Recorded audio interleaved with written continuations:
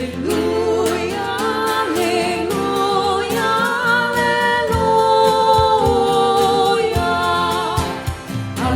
aleluia, aleluia, aleluia. Tu és Pedro e sobre esta pedra eu irei construir minha igreja, e as portas do inferno não irão derrotá-la. Aleluia, aleluia, aleluia,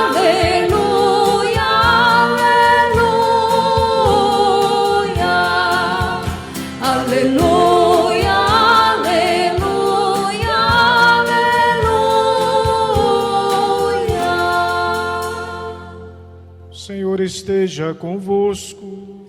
Ele está no meio de nós. Proclamação do Evangelho de Jesus Cristo segundo Mateus. Glória a vós, Senhor.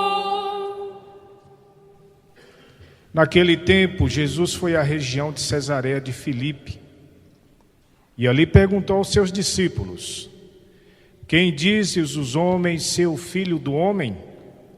Eles responderam: alguns dizem que é João Batista, outros que é Elias, outros ainda que é Jeremias ou algum dos profetas.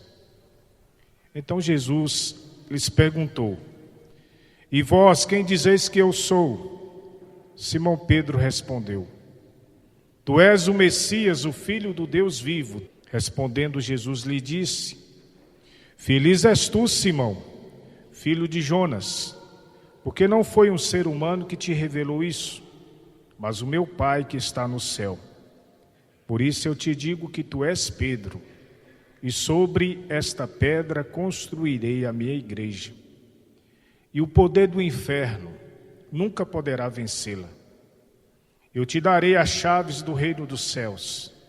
Tudo o que tu ligares na terra será ligado nos céus.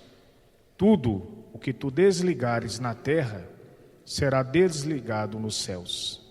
Palavra da salvação. Glória a vós, Senhor. Poderíamos nessa manhã ficar como Pedro: tu és o Messias, o Filho do Deus vivo. E a partir dessa resposta petrina, desenvolvermos em nós, irmãos e irmãs, no legado de celebrarmos Pedro, Paulo, dois pilares que sustentam nossa fé em Cristo. Como sabemos, Pedro assume a missão de apacentar a comunidade nascente, aquela comunidade primitiva, enquanto Paulo avança pelas estradas do mundo, anunciando a boa nova, diante de uma diáspora judaica, evangelizando os gentios. Assim, nós reconhecemos a complementaridade entre o pastor e o missionário. O pastor que guarda o rebanho e o missionário que leva a boa nova a toda criatura. Portanto, sejamos estes e estas, nesse mês de junho 29, 2025, também essa complementariedade. Não se trata de sermos partidários de Pedro, sermos partidários de Paulo. Eu sou mais petrino, eu sou mais paulino. Não se trata disso. Aqui estamos diante da proposta que Jesus faz a todos. Fez a Paulo, fez a Pedro e faz a nós. Por isso que Pedro, e fiz questão de respondermos juntos: tu és o Cristo, o Filho do Deus vivo.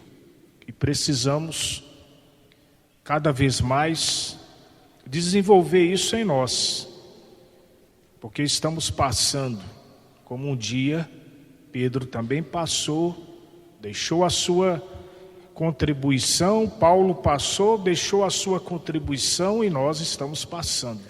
Qual a contribuição nossa do conceito que temos de fé e de crença em Jesus Cristo? Então, a partir dessa declaração, Pedro recebeu as chaves do reino, orientou os irmãos com coragem. Pedro enfrentou o perigo com a mesma fé. Pregou no templo, animou a comunidade, mesmo quando prendeu mãos e pés em correntes. Foi martirizado.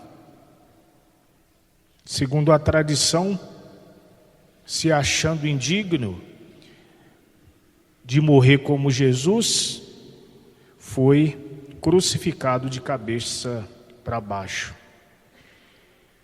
Portanto, teve provavelmente uma morte ainda mais dolorosa do ponto de vista físico. Paulo recebe do Senhor a vocação de escritor, de evangelizador. Tinha esse talento. Proclamou a graça de Deus em Atenas, Corinto, Roma. Suportou naufrágios, cárceres, perseguições. Escreveu cartas que fortalecem até hoje nossas comunidades. Dessa forma, Paulo demonstra que o amor de Cristo leva a romper fronteiras humanas, construir pontes de fraternidade no meio das diferenças culturais. E olha que estamos inseridos num país continente de diferentes culturas, diversidades culturais. Talvez seria a melhor experiência nossa.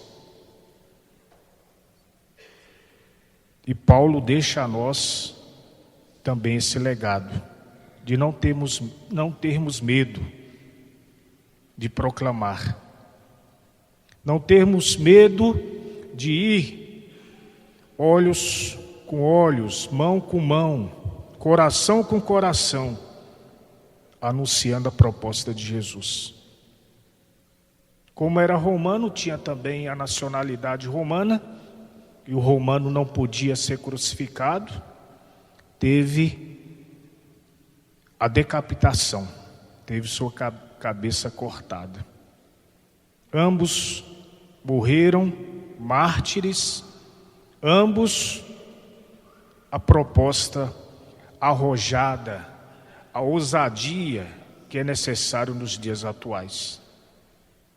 Nós alimentamos a fé com a palavra, nós alimentamos a fé com a Eucaristia, mas também nos lançamos ao encontro dos que ainda vivem na escuridão, nas incertezas, nas dúvidas, desanimados.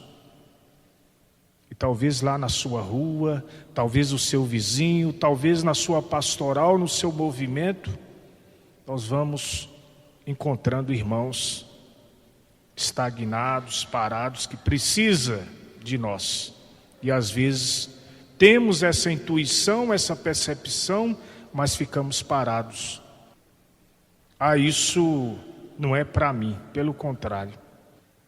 Vamos, irmãos e irmãs, abrindo portas, vamos estabelecendo laços, vamos oferecendo o perdão que emana do coração de Cristo. Tão bem celebrado nesse mês de junho. Muito mais do que aquilo que Antônio nos proporciona, João, Pedro, com suas fogueiras, suas pamonhas, seu quentão, sua pipoca, sua quadrilha, porque é bom a gente balançar, é bom a gente também dançar, mas é o mês do Sagrado Coração de Jesus. É o mês do Imaculado Coração de Maria. Imitemos a fortaleza de Pedro, o zelo de Paulo, mas vamos mantendo firmes essa confissão de fé. Abraçar a nossa realidade com o anúncio libertador. Renovar nosso compromisso de seguir Jesus, servindo também como pastores, humildes, peregrinos, audaciosos até que o Pai reúna todo o seu povo na unidade perfeita do amor divino. Portanto, tenhamos na percepção de celebrarmos Pedro e Paulo hoje, amanhã e sempre, essa certeza. Deus também precisa de nós como o dia precisou de Pedro, de Paulo. Como Deus, na sua onisciência, onipresença, não precisa, mas quer precisar de homens, de mulheres. Estamos nós aqui, querendo servir com prontidão do testemunho de Pedro e Paulo. Assim seja.